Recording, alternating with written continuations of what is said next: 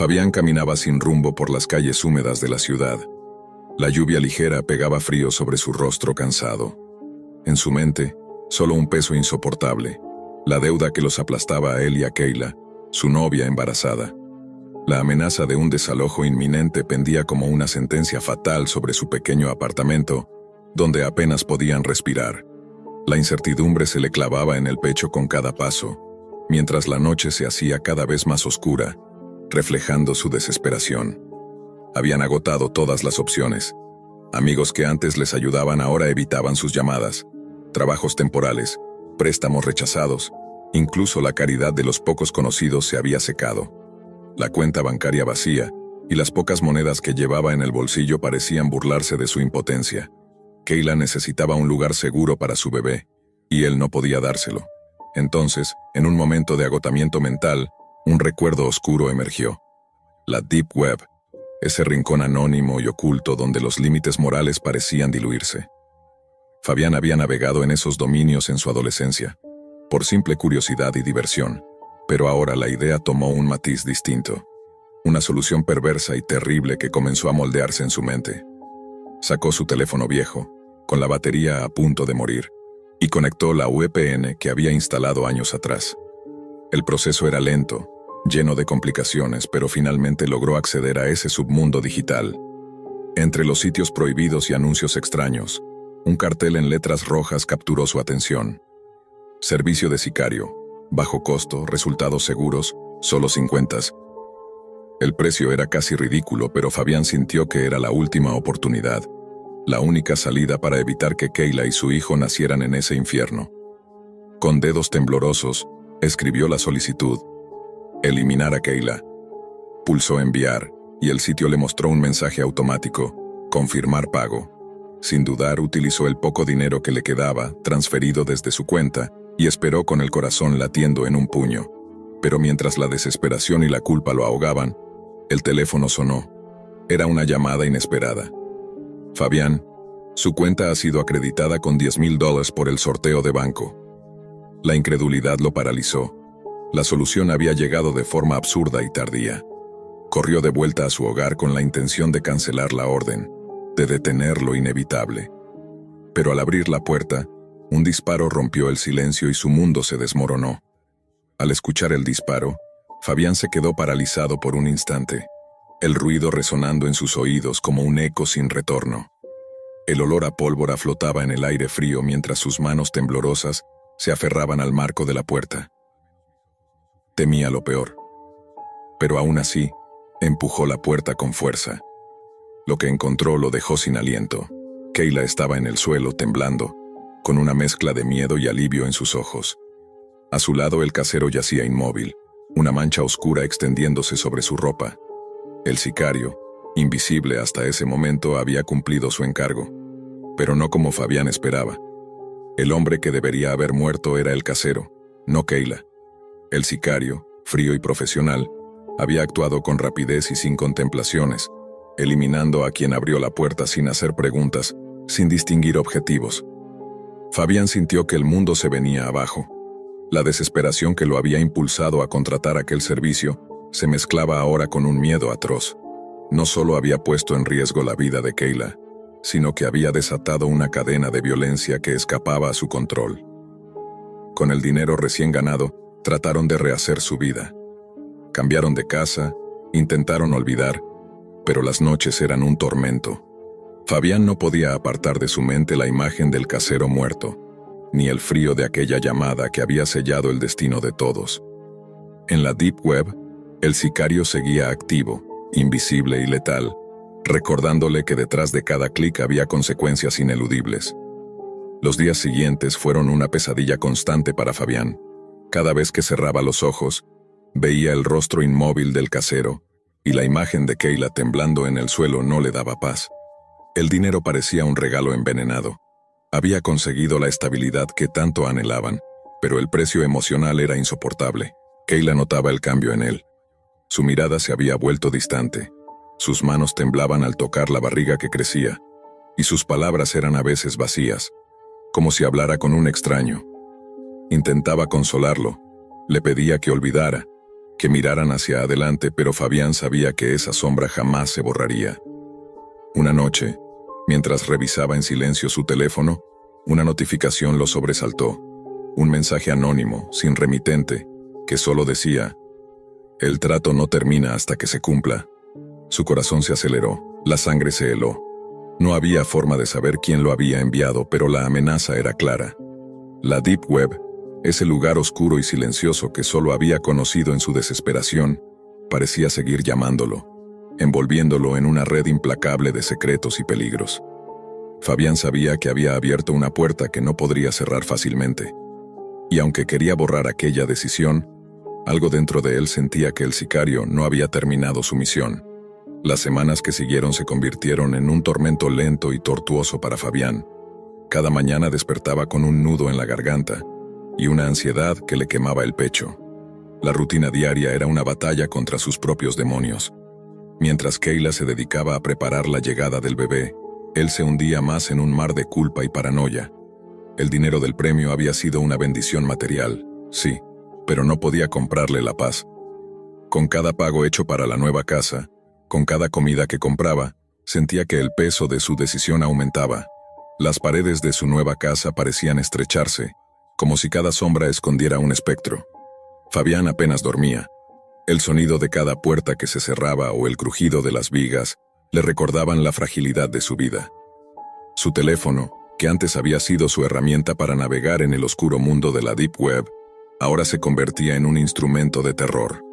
Mensajes sin remitente, simples frases como «el trato continúa» o imágenes borrosas de lugares que no reconocía, aparecían en su pantalla sin aviso. No importaba cuántas veces cambiara de número o de dispositivo, la amenaza lo seguía inescapable. Kayla intentaba ser su sostén, pero ella también comenzaba a notar la sombra que crecía en el hombre que amaba. Una noche, en medio de una discusión, le preguntó con voz quebrada: «¿Qué pasa, Fabián? ¿Por qué te estás destruyendo así?» Él no pudo responder. La culpa era un monstruo sin palabras. En la soledad de su habitación, Fabián decidió sumergirse de nuevo en la Deep Web, buscando respuestas, intentando encontrar algún hilo que le permitiera deshacer el daño, o al menos entender qué estaba pasando. Navegó por foros oscuros y sitios de intercambio de información ilegal, hasta que encontró algo perturbador: un registro, una especie de diario digital, donde alguien había documentado sus encargos como sicario. La lista era larga y fría, con nombres, fechas y, lo más inquietante, estados de cumplido o fallido. Entre las entradas apareció su propio nombre junto con una fecha cercana. Un escalofrío recorrió su espalda. El sicario no solo había cumplido el primer encargo, sino que tenía marcado un siguiente paso. No había forma de contactar a esa persona, pero la certeza de que su vida y la de Kayla corrían peligro era innegable. En esos momentos, Fabián comprendió que su error no solo había cambiado su destino, sino que ahora lo convertía en un rehén de un juego macabro. No se trataba solo de matar o no matar. El sicario parecía jugar con su mente, con su miedo, con su desesperación. Cada día que pasaba, la amenaza invisible se hacía más tangible. A veces, cuando caminaba por la calle, sentía que alguien lo seguía, pero al voltear no encontraba nada. Su paranoia crecía, y con ella, la distancia con Kayla. Ella le rogaba que buscara ayuda, que denunciara, que huyeran, pero él sabía que nadie podía protegerlos de aquello. Una noche, cuando el reloj marcaba las 3, la hora en la que todo parecía más oscuro, Fabián recibió un mensaje que no pudo ignorar. Era un video. En él, se veía la puerta de su apartamento y a alguien esperando al otro lado, con una silueta que parecía moverse con calma pero con una determinación terrible.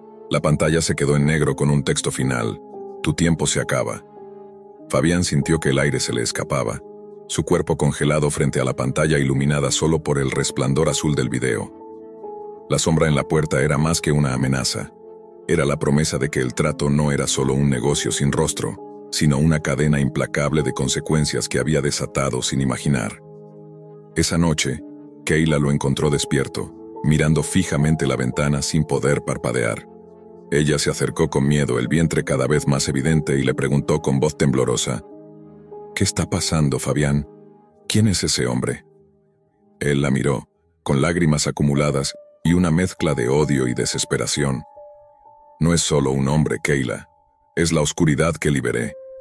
La Deep Web no es solo un lugar, es una cárcel, y yo puse la llave para encerrarnos. Intentaron refugiarse en la casa de un amigo, pero la sensación de ser perseguidos no desaparecía. Cada llamada anónima, cada mensaje cifrado, cada silencio nocturno les recordaba que la sombra estaba cerca. Un día, Fabián decidió enfrentar esa pesadilla. Usando los pocos contactos que logró en la Deep Web, rastreó la señal del sicario. Descubrió que era parte de una red mucho más grande, una organización que operaba con códigos invisibles y clientes que nunca preguntaban, solo pagaban. En un enfrentamiento final, en un edificio abandonado, Fabián se encontró cara a cara con el sicario. No había odio ni miedo en los ojos de aquel hombre, solo una fría indiferencia profesional. ¿Por qué lo hiciste? ¿Por qué disparaste al casero y no a Kayla?, preguntó Fabián con la voz rota. El sicario respondió con una calma aterradora. Tu trato fue claro: eliminar a un obstáculo. El casero abrió la puerta. Yo cumplí. No soy juez ni misericordioso, solo un instrumento. Y ahora tú debes vivir con eso. En ese momento Fabián comprendió que no había vuelta atrás. La Deep Web no era un lugar para encontrar soluciones fáciles. Era un espejo que reflejaba los rincones más oscuros del alma humana. De regreso a casa con Kayla a su lado y el bebé pronto a llegar, Fabián decidió que debía proteger a los suyos de la sombra que había soltado. Pero en su interior, la culpa y el miedo no cesarían jamás. El trato final no había sido solo con el sicario, sino con él mismo, y esa promesa oscura lo acompañaría hasta el último suspiro. Lucas siempre había sido un chico reservado. En el instituto pasaba desapercibido, prefiriendo el refugio de sus series de anime y videojuegos. Pero aquella tarde, mientras caminaba con sus compañeros al salir de clase, escuchó murmullos inquietantes sobre un mundo oculto, la Deep Web. Algunos hablaban con misterio, otros con cierta arrogancia, como si fueran parte de un club secreto que solo unos pocos podían entender. La curiosidad de Lucas, mezcla de aburrimiento y el deseo de escapar de su rutina, lo llevó a investigar. Al llegar a casa encendió su viejo portátil y descargó el navegador Tor. Además, configuró una VPN para mantener su anonimato, consciente de que no debía ser descubierto. Su corazón latía con fuerza mientras se adentraba en ese territorio digital desconocido. Los primeros foros que encontró estaban llenos de discusiones crípticas y enlaces con nombres extraños. Algunos eran inofensivos, pero pronto el ambiente cambió. Se topó con un foro oscuro donde se hablaba de rituales macabros y actos atroces, canibalismo, torturas y videos ilegales. A pesar del nudo en su estómago, siguió navegando, atrapado por una mezcla de miedo y fascinación. Entonces apareció el enlace: el espectáculo en vivo, acceso solo para valientes. Lucas dudó, pero el joven no pudo resistir la tentación. Al entrar, la pantalla se llenó de imágenes perturbadoras. Un hombre encapuchado en un cuarto sombrío tenía amarrado a otro hombre que luchaba por liberarse. El enmascarado levantó un hacha, y los comentarios en el chat fluían frenéticos. Más rápido. Hazlo doler. Que sangree más. El horror paralizó a Lucas, que intentó cerrar la ventana, pero no pudo. La página parecía haber perdido el control, redirigiéndolo automáticamente a otro sitio con videos que mostraban el acecho y asesinato que acababa de presenciar, pero desde diferentes ángulos y cámaras ocultas. Su respiración se aceleraba, y el miedo comenzó a apoderarse de él. De repente, apareció una nueva fila de videos. Su nombre de usuario estaba al lado, y las imágenes mostraban su propia habitación grabadas en tiempo real. La sangre se le heló en las venas. Antes de que pudiera reaccionar, un video se reprodujo solo. Mostraba a Lucas durmiendo, indefenso. Un mensaje llegó a su móvil. El espectáculo continúa. Aquel día marcó el inicio de una pesadilla que ningún adolescente podría imaginar. Las horas siguientes fueron una mezcla de ansiedad y paranoia que Lucas no podía controlar. Cada vez que encendía su portátil, la pantalla parecía acecharlo con aquella fila de videos que mostraban su vida privada sin que él lo supiera. Desconectó el Wi-Fi, apagó el celular, pero no había refugio. Su miedo había traspasado la frontera digital y se había colado en cada rincón de su realidad. Esa noche, cuando la oscuridad envolvía su habitación, Lucas sintió que alguien lo observaba. Los pasos en el pasillo, leves pero firmes, resonaban en su cabeza más que en el suelo. Se abrazó a la manta tratando de convencerse de que eran simples ruidos de la casa vieja, pero la verdad era que sabía que alguien estaba ahí, fuera de la puerta o quizás mucho más cerca. A la mañana siguiente, su padre le advirtió que debía cuidar mejor sus cosas y ser más responsable con sus datos personales. Pero Lucas no podía contarle lo que realmente sucedía. Sabía que nadie le creería. En la escuela, sus amigos notaron que estaba más callado, más ausente. Su mente volvía una y otra vez a aquella transmisión, al hombre enmascarado, a los gritos silenciosos que no podía sacar de su cabeza. Pero lo peor estaba por llegar.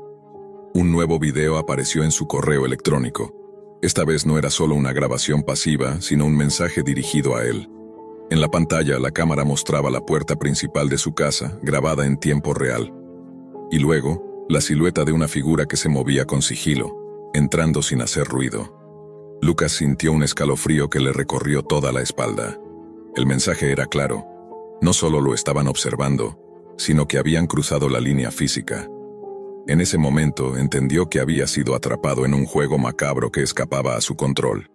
La Deep Web no era solo una leyenda digital, sino un lugar donde el mal se hacía espectáculo en vivo, y él era la nueva víctima en la lista. Los días siguientes fueron una tortura constante. Lucas ya no podía diferenciar entre la realidad y la pesadilla que se había instalado en su vida. Cada ruido, cada sombra, le provocaba un sobresalto. Incluso en clase, su mente se desviaba hacia esos videos que mostraban cada movimiento suyo, como si estuviera siendo seguido por cámaras invisibles. Una noche, después de cenar en silencio con su familia, Lucas decidió instalar cámaras de seguridad improvisadas alrededor de la casa. No confiaba en nadie, ni siquiera en la policía, que no parecía tomar en serio sus temores. Colocó su móvil en la esquina del pasillo, conectó una app que le permitía monitorear desde su habitación. Al revisar la grabación al día siguiente, su corazón se detuvo. En las imágenes a la medianoche se veía una sombra oscura que se deslizaba por el pasillo, avanzando con sigilo hacia su habitación. No había explicación lógica. La casa estaba con las puertas cerradas y la alarma activada. Cada vez que intentaba contar lo que ocurría, las palabras se le atoraban en la garganta. Temía que nadie lo creyera, que lo tildaran de loco. El acoso había entrado en su vida con la fuerza de una tormenta silenciosa y lo mantenía prisionero. Una noche, mientras intentaba dormir, Lucas recibió una notificación en su portátil. Un nuevo video había sido subido. En la pantalla, la figura enmascarada aparecía de nuevo, pero esta vez no estaba solo. Había otras cámaras, otras víctimas, todas atrapadas en esa red oscura donde el dolor y el miedo eran el espectáculo principal. El hombre enmascarado dirigió su mirada directamente hacia la cámara y con una voz baja y susurrante dijo: «Ahora empiezas a jugar, Lucas». El joven supo que no había vuelta atrás.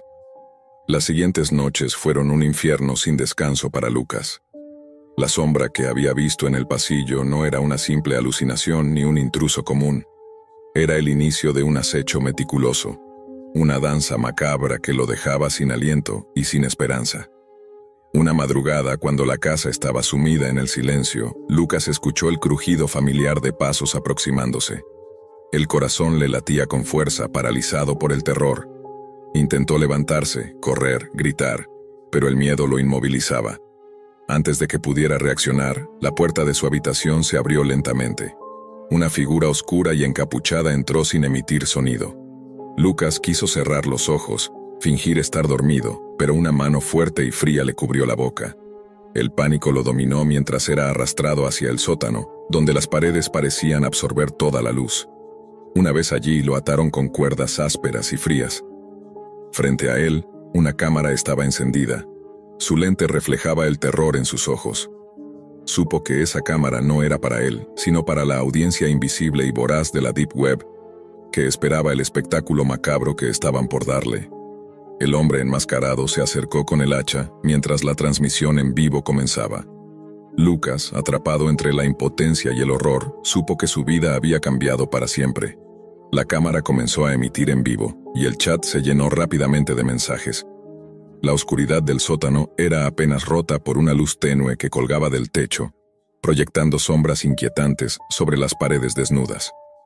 Lucas, amarrado y vulnerable, sintió que el aire se hacía más denso, como si el miedo mismo llenara la habitación. El hombre enmascarado movía el hacha con una calma perturbadora. No era solo un verdugo, era un actor que sabía que su espectáculo se transmitía ante miles de ojos invisibles y hambrientos de horror. Los mensajes en el chat pedían que prolongara el sufrimiento, que hiciera de esa escena un espectáculo inolvidable.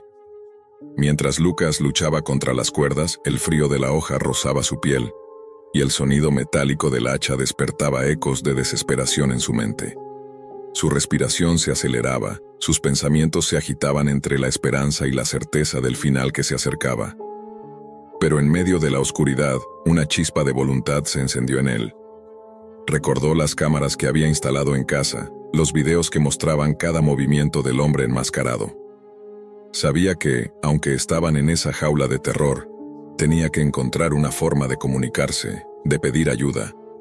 Aprovechando un descuido, logró mover la mano lo suficiente para activar el micrófono del móvil que llevaba en el bolsillo. Susurró con voz entrecortada: «Estoy aquí. Ayúdenme».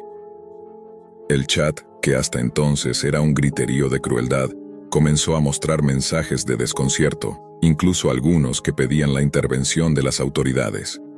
En ese instante, la policía irrumpió en el sótano, alertada por las cámaras caseras y las señales digitales enviadas por Lucas. Los agentes entraron con rapidez, reduciendo al hombre enmascarado y liberando al joven. Lucas fue llevado a un hospital, exhausto pero vivo. La pesadilla terminaba, pero las heridas, físicas y psicológicas, permanecerían por mucho tiempo. Supo que el psicópata era un criminal buscado desde hacía años, un depredador que se alimentaba del miedo y el morbo de una audiencia anónima y oscura. Aunque rescatado, Lucas nunca olvidó la sensación de ser observado, cazado y exhibido como un espectáculo cruel. La Deep Web, ese mundo que le había parecido una aventura al principio, se había transformado en su peor pesadilla.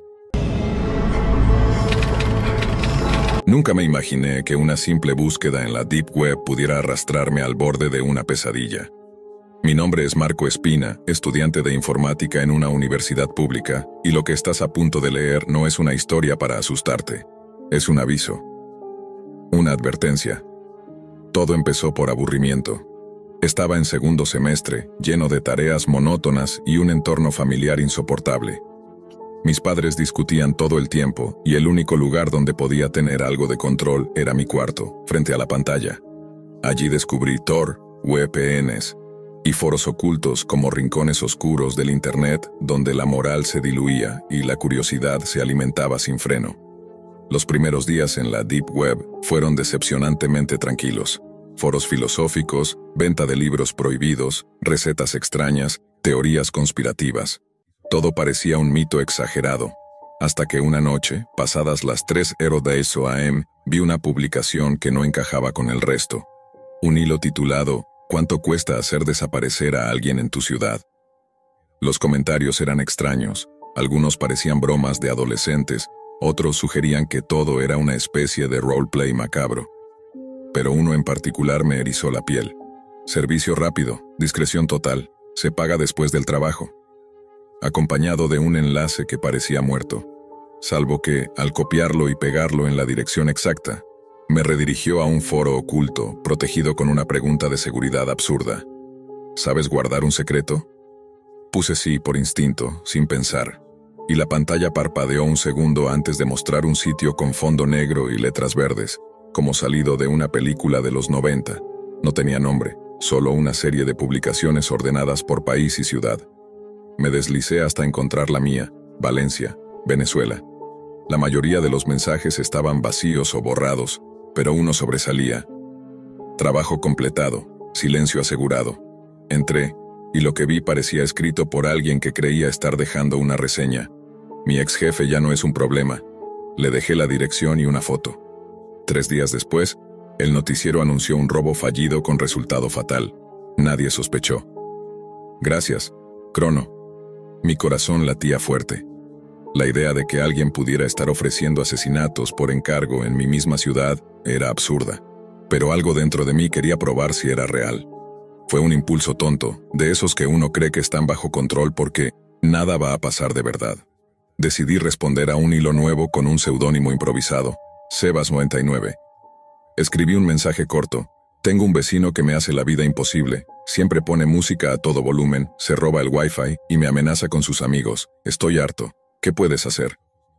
Cerré la laptop y me fui a dormir. Me sentía ridículo. Era solo un desahogo, una broma interna para mi propio entretenimiento. Pero al día siguiente algo me despertó en mitad de la noche. No sé si fue un ruido o solo la sensación de ser observado.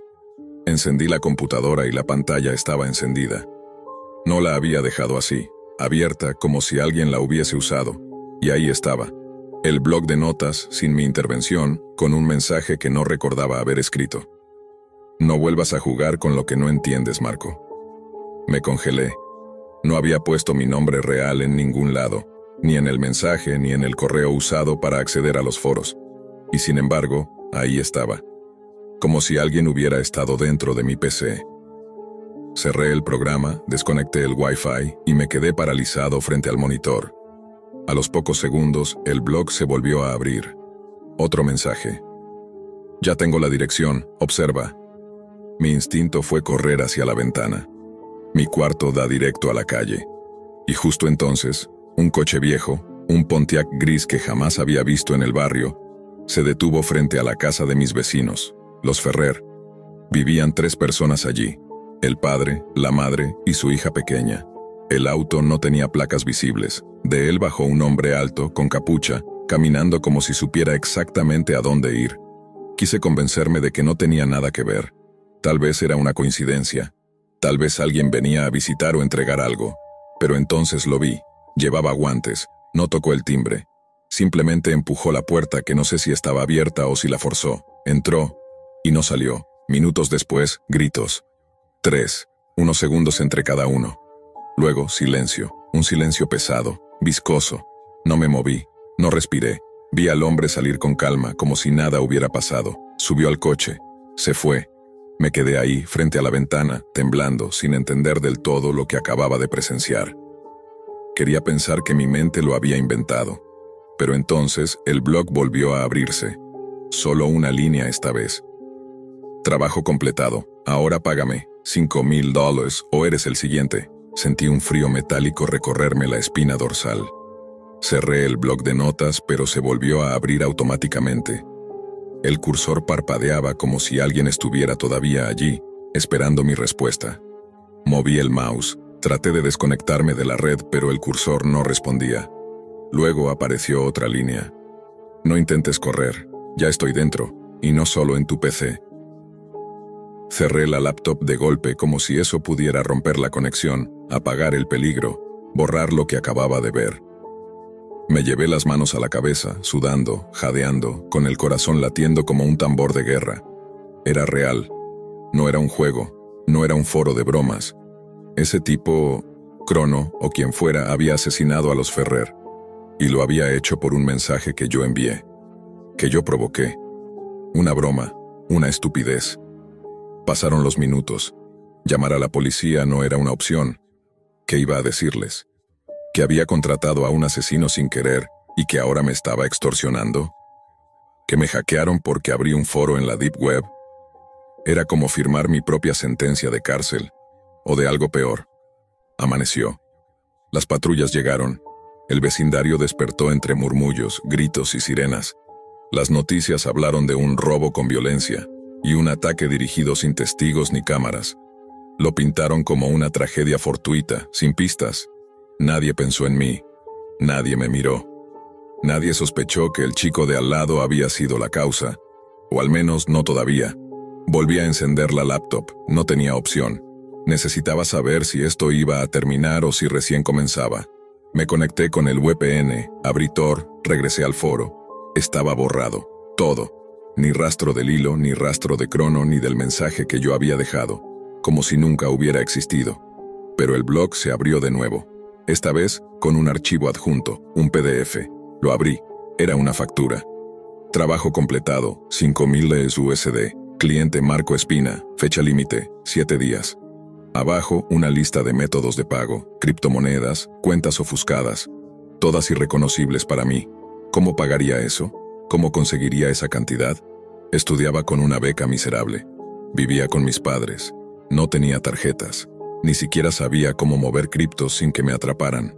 El texto seguía: si no puedes pagar, ofrece algo a cambio. Alguien más. Otro encargo. Una vida por una vida. Sentí náuseas. Casi vomito sobre el teclado. La idea era repulsiva. ¿Cómo se supone que iba a ofrecerle la muerte de alguien más solo para que me dejara en paz? No podía. No era un asesino. No era alguien sin alma. Pero esa noche, cuando cerré los ojos, vi la imagen del Pontiac de nuevo.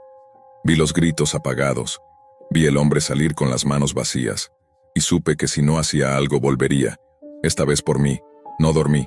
Pasé la noche investigando formas de protegerme. Instalé firewalls, desactivé micrófono, cubrí la webcam, traté de formatear la computadora. Pero cada vez que lo hacía, el blog se abría de nuevo. Como si nada de eso importara.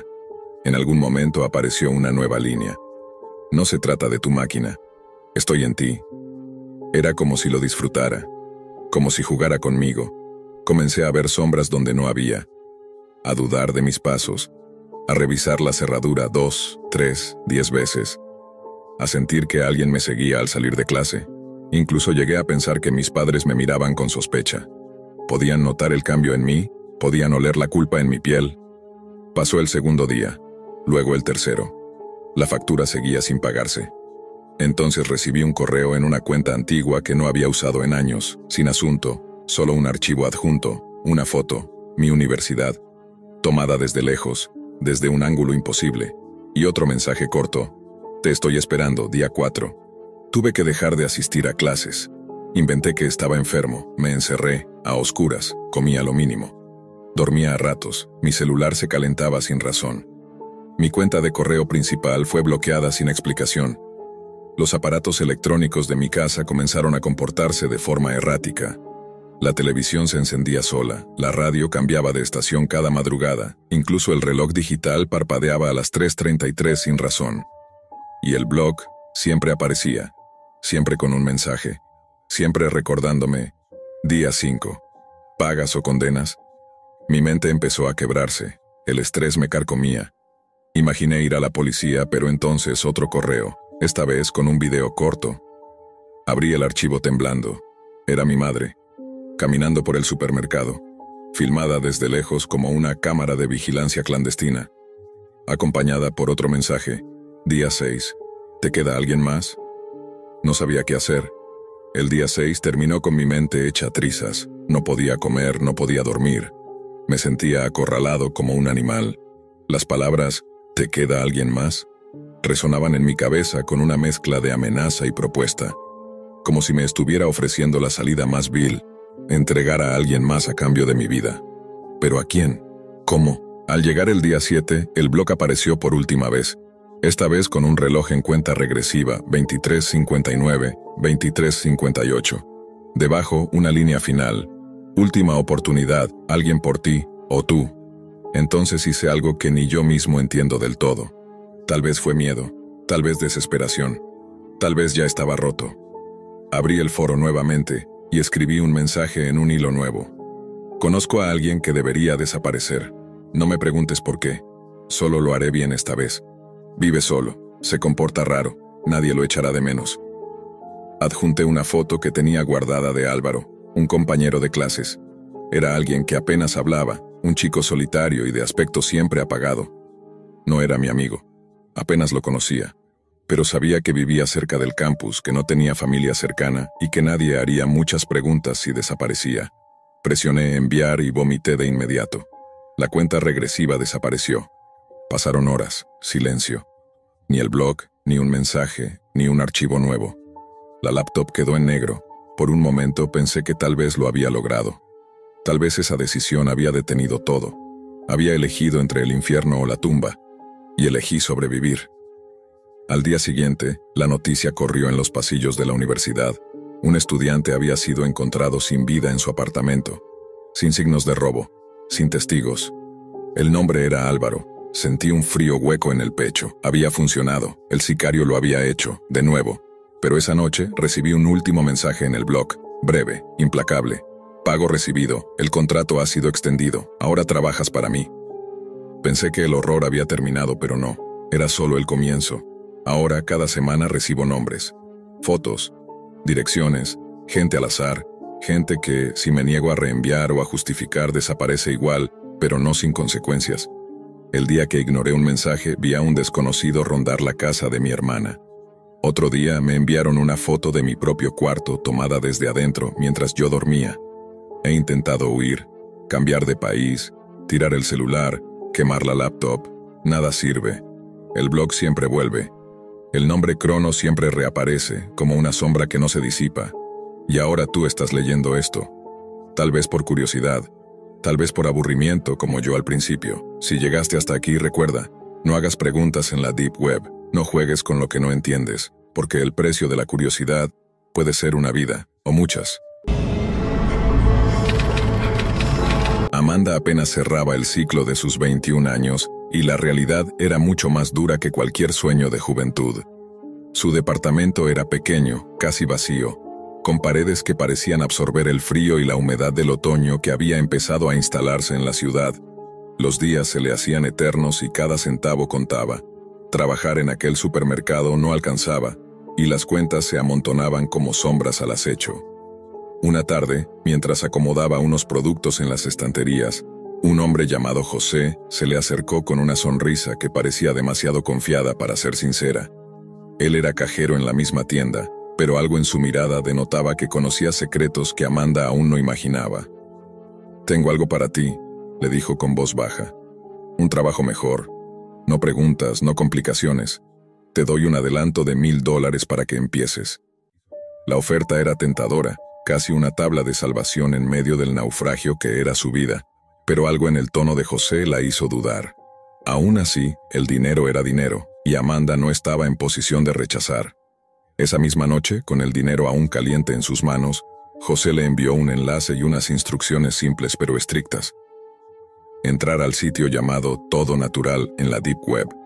Era un espacio clandestino, oculto tras capas de cifrado y anonimato, accesible solo para quienes realmente sabían dónde buscar. Amanda no tenía idea de lo que encontraría, pero al principio todo parecía inofensivo. Videos de gente consumiendo alimentos raros, recetas extrañas, todo envuelto en una estética casi artística. Sin embargo, esa calma era solo la superficie. De repente la pantalla mostró imágenes que la hicieron retroceder. Mujeres devorando animales crudos, pequeños gatos, criaturas indefensas frente a miles, millones de ojos invisibles que pagaban por presenciar aquello. Un frío helado le recorrió la espalda. Su corazón latía con fuerza mientras intentaba cerrar la pestaña, pero José apareció en su puerta. No había vuelta atrás. Había firmado un contrato invisible con la Deep Web y ahora era parte de ese mundo oscuro, donde el horror se disfrazaba de entretenimiento y el sufrimiento se convertía en moneda. La semana que siguió fue un infierno. Amanda fue obligada a participar en los videos, a comer carne muerta, ratas, animales que le provocaban náuseas y enfermedades. La tortura física se mezclaba con la mental, y cada bocado era un golpe al alma que poco a poco se desmoronaba. Mientras tanto, en la ciudad, su vecino notaba que algo andaba mal. Los ruidos extraños, la ausencia prolongada y el olor insoportable que salía del almacén donde Amanda estaba encerrada despertaron sus sospechas. Finalmente, tras una denuncia anónima, la policía irrumpió en ese lugar de pesadilla. Lo que encontraron era peor de lo que nadie hubiera imaginado. Mujeres muertas, cuerpos olvidados, la evidencia cruel de un negocio macabro que la Deep Web había cobijado en las sombras. Amanda salió de ahí, pero las heridas no eran solo visibles. Su mente estaba marcada por un trauma que le impedía mirar a los animales sin recordar el dolor y la desesperación de esos días. La historia de los verdaderos comensales era solo un reflejo, una ventana a un infierno digital donde el sufrimiento se vende y se consume sin que el mundo exterior lo perciba. Los primeros días fueron los peores. Amanda apenas podía creer lo que estaba viviendo, atrapada en un almacén oscuro, con paredes húmedas y olor a podrido que le quemaba la nariz. La comida que le obligaban a consumir no era solo repulsiva, estaba contaminada, cruda, y cada bocado parecía abrirle heridas internas. José y otros hombres que vigilaban la operación le daban órdenes frías, sin un atisbo de compasión. Ella trataba de resistirse, pero la amenaza de castigos más severos y las cámaras que todo lo grababan la mantenían sometida. Cada video que grababan se transmitía en tiempo real a una audiencia anónima que pagaba cantidades enormes para ver no solo el acto, sino el sufrimiento en sí. Eran los verdaderos comensales, fanáticos que encontraban placer en la degradación de las víctimas. Amanda, con la piel quemada y los ojos hinchados, entendió que no era solo un espectáculo. Era una pesadilla que se repetía miles de veces en ese lugar. Y ella no era la primera ni la última. Las noches se volvieron un tormento. El almacén se iluminaba solo con luces tenues y las cámaras que apuntaban a ella. En la oscuridad, Amanda escuchaba los gemidos de otras mujeres, algunas que ya no podían soportar más y habían caído en un silencio aterrador. La desesperación crecía en su pecho y el miedo a que jamás escapara la consumía. Con el paso de los días, su cuerpo comenzó a fallar. La carne cruda infectada le causó fiebres altas, vómitos y dolores punzantes que la dejaban al borde del colapso. José parecía indiferente a su sufrimiento, solo preocupado en que la transmisión siguiera activa, que la audiencia no perdiera el interés. Pero no todo estaba perdido. Desde afuera, el vecino de Amanda, un hombre solitario que había vivido años observando el vecindario, no podía ignorar la inquietud que sentía. Los ruidos extraños, los olores insoportables y la ausencia de Amanda por tanto tiempo le parecían señales que algo terrible ocurría. Decidió actuar. Comenzó a documentar todo lo que notaba y a buscar ayuda. Finalmente, con un informe detallado y la sospecha de que en aquel almacén ocurría algo ilegal, logró que la policía abriera una investigación. Lo que encontraron fue un escenario de horror. Cámaras, cables, evidencia de los videos y, lo peor, los cuerpos de mujeres que no sobrevivieron. Amanda fue encontrada en un estado deplorable, débil y enferma, pero viva. El rescate fue solo el inicio de otra lucha, la que se libraba dentro de su mente y su corazón. Porque el trauma no era solo físico. Había visto el abismo de la naturaleza humana, había sentido el frío de la indiferencia y había sido consumida por la sombra de la Deep Web. Ahora, cada vez que veía un animal, su mente se inundaba con imágenes que preferiría olvidar. Su vida, antes llena de sueños, había sido marcada por una oscuridad que no se disiparía con facilidad. Los días posteriores al rescate fueron una batalla constante para Amanda. El hospital se convirtió en su nuevo encierro, donde las heridas físicas comenzaron a sanar lentamente, pero el peso mental era mucho más pesado. Los médicos hablaban con cuidado, y las autoridades intentaban protegerla, pero ella sentía que una parte de su alma había quedado atrapada en ese almacén oscuro, entre las paredes llenas de cámaras y el silencio de las otras víctimas. Cada sesión con el psicólogo era un viaje doloroso por recuerdos que no podía controlar. Las imágenes de aquellas mujeres, obligadas a humillarse y a sufrir ante una audiencia invisible, la perseguían. La Deep Web, ese lugar que creía solo un misterio tecnológico, había demostrado ser un pozo sin fondo de crueldad y perversión. Pero Amanda no estaba dispuesta a quedarse atrapada en la sombra. Con el apoyo de su vecino y la policía, comenzó a colaborar en la investigación para desmantelar todo Natural y sus oscuros organizadores. Su valentía sacó a la luz una red internacional que monetizaba el sufrimiento y la degradación humana, una estructura que había causado la muerte de muchas mujeres como ella. Aunque el proceso judicial fue largo y doloroso, José y sus cómplices fueron capturados, y el sitio fue clausurado, desapareciendo de la Deep Web, al menos por un tiempo. Sin embargo, el daño ya estaba hecho. Amanda siguió lidiando con las secuelas, la desconfianza, las pesadillas, y un temor constante a la oscuridad digital que se esconde tras cada enlace desconocido. Su relación con los animales, antes de infancia llena de cariño y juegos, se transformó en un recordatorio constante del horror vivido. Al final, la historia de Amanda y los verdaderos comensales se convirtió en una advertencia silenciosa sobre los peligros ocultos en la Deep Web y sobre cómo, en un mundo cada vez más conectado, la oscuridad puede tomar formas inimaginables.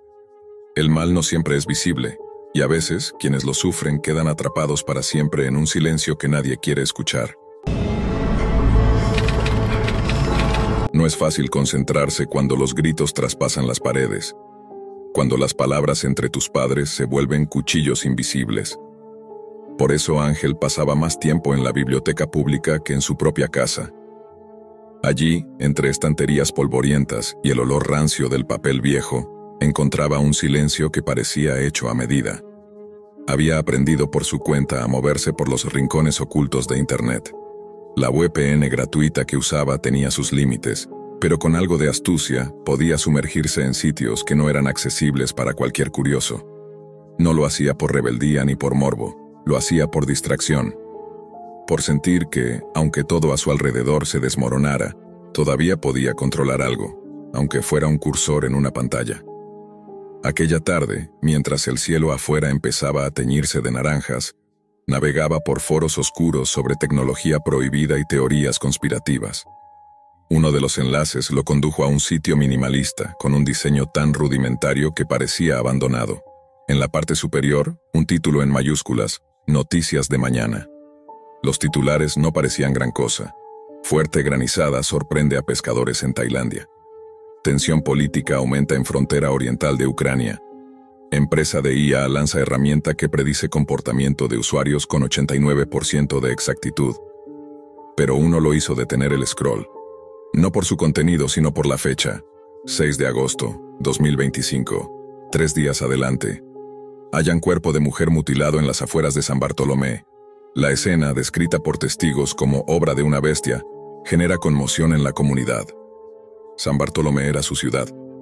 Pequeña, olvidada, con una iglesia central y más perros callejeros que policías. Aquello no podía ser más que una broma pesada, un creepypasta o un experimento de algún hacker aburrido. Pero aún así, Ángel guardó una captura de pantalla. 3 días después, la ciudad despertó con la noticia. La mujer, identificada como Milena Farías, había sido encontrada cerca de un viejo aserradero. Las heridas no coincidían con ningún arma común. En el pueblo, corrían rumores de rituales, de drogas, de animales salvajes escapados de algún circo que nadie recordaba haber visto. Ángel sintió cómo el estómago se le comprimía. Corrió a la biblioteca. El sitio aún funcionaba, aunque algunos titulares ya habían desaparecido, sustituidos por otros nuevos. Entre ellos, uno llamó su atención. Detective detiene a sospechoso de asesinato en parque de adultos mayores tras recibir pista anónima. La fecha, 10 de agosto, 2025. Era dentro de 4 días. No sabía a quién acudir. Pensó en Josefina, su amiga desde primaria, hija del detective Toledo, uno de los pocos policías de verdad que quedaban en ese lugar. Ella escuchó toda la historia con los ojos bien abiertos, pero sin reírse. A Josefina no le gustaban las bromas, y menos si incluían a su padre. ¿Estás diciendo que ese sitio predice el futuro? No lo sé, respondió Ángel. Pero acertó con la mujer. Lo vi antes. Ella lo llevó a su casa esa misma noche. El detective Toledo no era un hombre muy expresivo, pero sí observador. Escuchó todo sin interrumpir, luego pidió ver la página. Tomó notas. Y al 4.º día, arrestó a un sujeto armado con un cuchillo oxidado justo detrás de un banco del parque, donde un anciano esperaba a su nieto. Toledo no habló mucho después de eso, pero Ángel sabía que ya no era el único que tomaba en serio el sitio. Lo visitaban a diario, con Josefina pegada al hombro. Intentaron enviar correos, trazar IPs, copiar el código fuente, todo inútil. El sitio se actualizaba solo, como si supiera que lo estaban vigilando. Y entonces apareció el titular que quebró el aire. Joven de 17 años asesinada dentro de su domicilio, sospechoso abatido por su padre, oficial de policía. No hacía falta decir más. La víctima, Josefina. La fecha, mañana. Toledo colocó cámaras en la casa, pidió a su equipo que patrullara cerca, llevó su arma al cinto incluso en el desayuno. Pero lo que más inquietaba a Ángel no era la predicción. Era lo que apareció justo debajo del titular, una línea que antes no estaba. Esto apenas comienza. La pantalla parpadeó. La noticia desapareció. Y entonces, en la biblioteca, la luz comenzó a fallar. Toledo instaló un generador de respaldo en casa. Nada sofisticado, pero suficiente para mantener las cámaras encendidas y la señal del router estable. Esa noche, la familia se encerró. Ángel también estaba allí, por insistencia de Josefina. Ella no quiso quedarse sola en su cuarto sabiendo que su nombre había sido el centro de un titular sangriento. El reloj avanzaba lento, pesado. A cada hora, Toledo revisaba las cámaras desde su portátil. Josefina no podía evitar mirar hacia las ventanas cada tanto, como si esperara ver un rostro allí, pegado al vidrio, sonriendo. Ángel revisaba el sitio a intervalos de 10 minutos, temiendo que la historia cambiara, que se volviera más específica, más real. A la 1:12 am, una de las cámaras del patio trasero se quedó en negro, sin transición, sin estática, solo negro absoluto. Toledo se levantó de inmediato. Su mano fue al arma casi por instinto. «No se vayan de aquí», dijo con voz baja, como si las paredes pudieran oírlo. Ángel se acercó a la laptop. En la pestaña del sitio ahora estaba en blanco. Solo una palabra escrita en letras parpadeantes. Actualizando.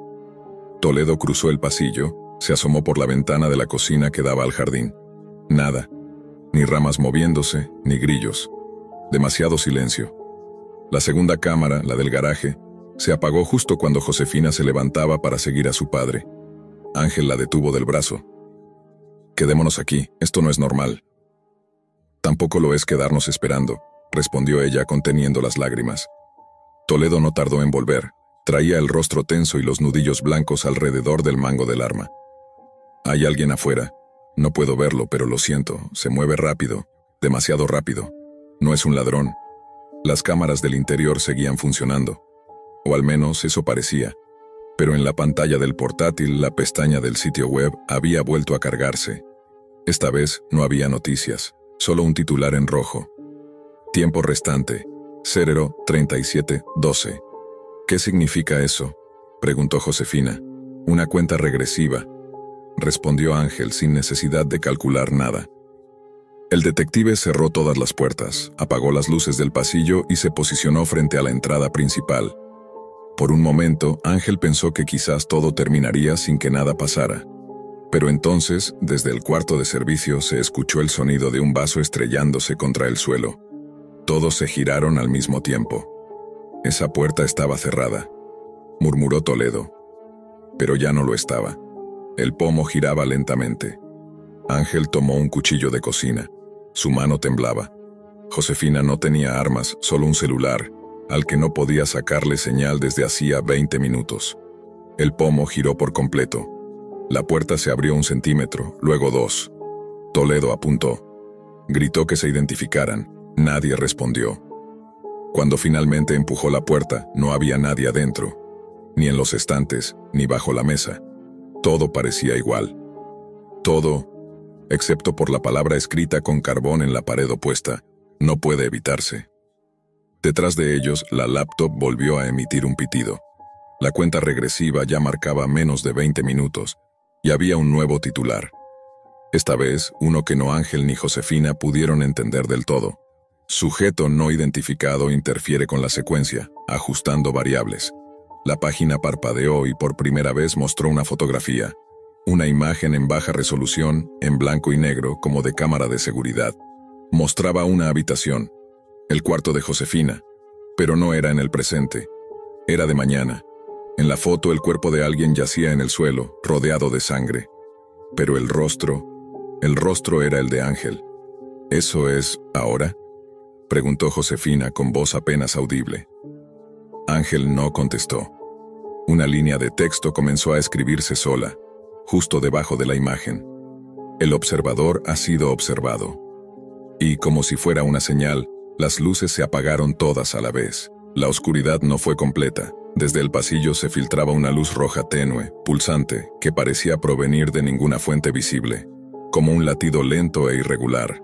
Toledo encendió una linterna táctica y con pasos firmes se dirigió hacia el origen de ese resplandor, pero apenas cruzó el umbral del salón, la linterna se apagó también, como si alguien le hubiera arrancado el alma.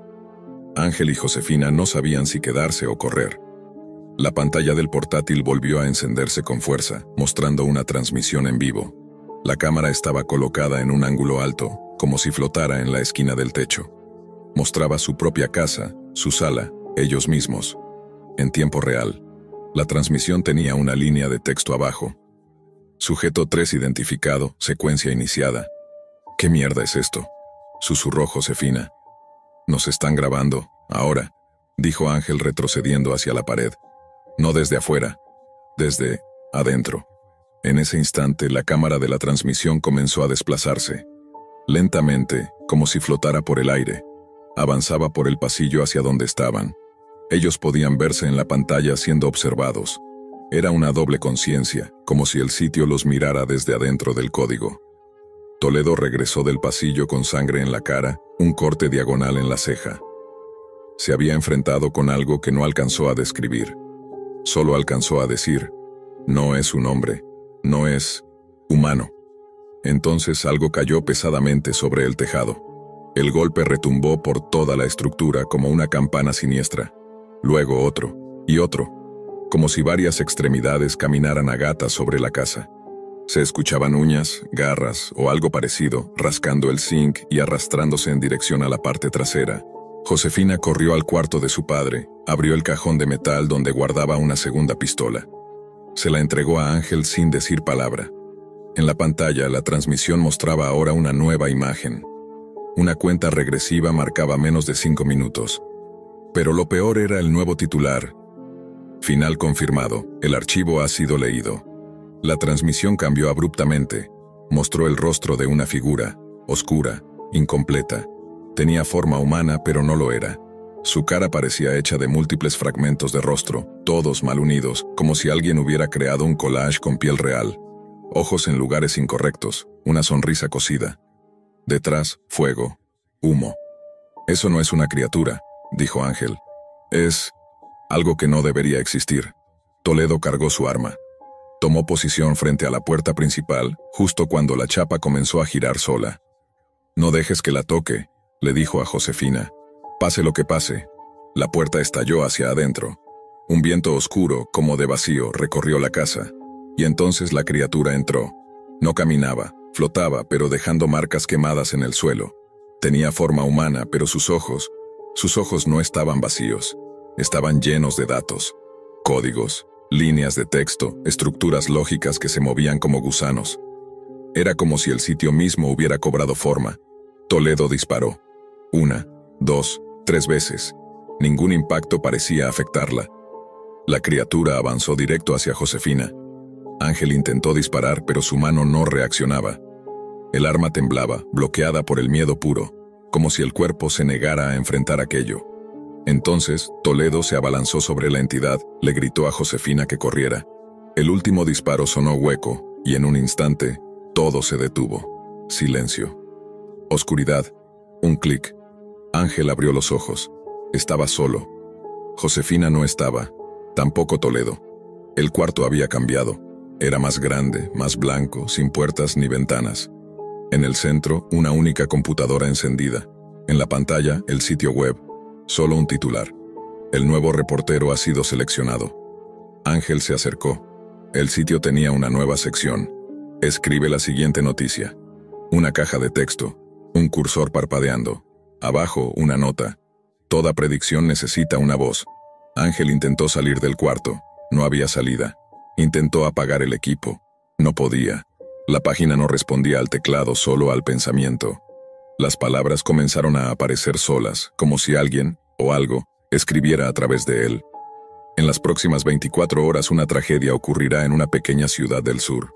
Un joven será encontrado muerto frente a una pantalla. Nadie sabrá lo que vio antes de morir. El texto se detenía, y volvía a empezar. Una y otra vez. Ángel comprendió, horrorizado, que su mente había sido absorbida. Que ahora él era quien escribía las noticias. No sabía si estaba vivo o muerto, si su cuerpo seguía en la tierra, o se había fundido con el código del sitio. Solo sabía que estaba condenado a seguir prediciendo tragedias, alimentando un ciclo perverso. Y entonces una nueva línea apareció sin que él la pensara. Hola, Josefina. ¿Nos ayudas a escribir la siguiente noticia?